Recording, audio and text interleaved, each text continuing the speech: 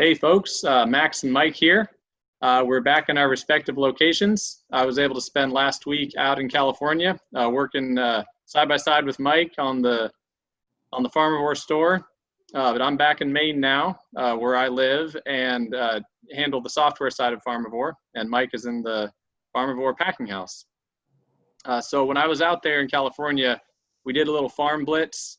We got the joy of visiting some of the farms that we sourced from. Some of them we had been to before, some of them we hadn't, although we know all the farmers through farmers markets or other connections. So the first one we hit was John Gibbons in Goleta. Mike, what was your first impression visiting the farm?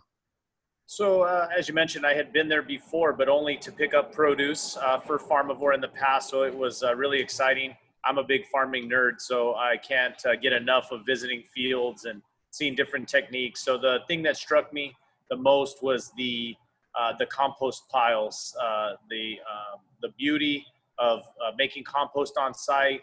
As Dana, who's the salesman there, explained to us, they apply a fresh layer of compost in between every planting, which I thought was phenomenal. So the compost site was very inspiring. Definitely same for me. I mean, that's where we spent probably half our time there, was looking at the compost operation, looking at the various equipment they use to do that. Took some pretty serious equipment to turn the compost. You know, those windrows were probably 100 feet each. I think there were 6 of them in the yard at the time. And you know, hearing Dana explain just how important it is in their eyes to lay that down after every harvest, and that, you know, every fresh planting gets another layer of compost disked into the soil. That is, you know, in his words, sustainability 101. And it's a zero waste system. We saw one of their farmers pull up with his farmer's market vehicle, and things they were unable to sell at market were going immediately to the compost pile.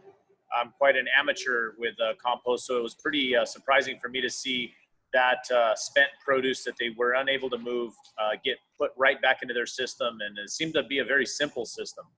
Yeah, so on Baby Root and McGrath, you guys use a lot of compost, but you're buying it in, correct? Yeah, we have small compost piles. It's something we greatly aspire towards, and we have a larger compost site on the bigger ranch, but we definitely have to purchase that and bring it onto the site, and compost is quite expensive. So inspired from a Farmivore perspective of our customers are getting to eat that amazing food that's grown in this great soil, and from a farmer perspective, hey, we could do that too. It kind of gave me some confidence that we could do it on site in the beautifully simple way that John and the team were doing it there. Yeah, you know, one other thing that struck me was just the fact that some of John's employees had been with him for, you know, over 30 years. I think that just speaks volumes of what he's doing there, and yeah, couldn't be happier to be supporting him. Yeah, definitely.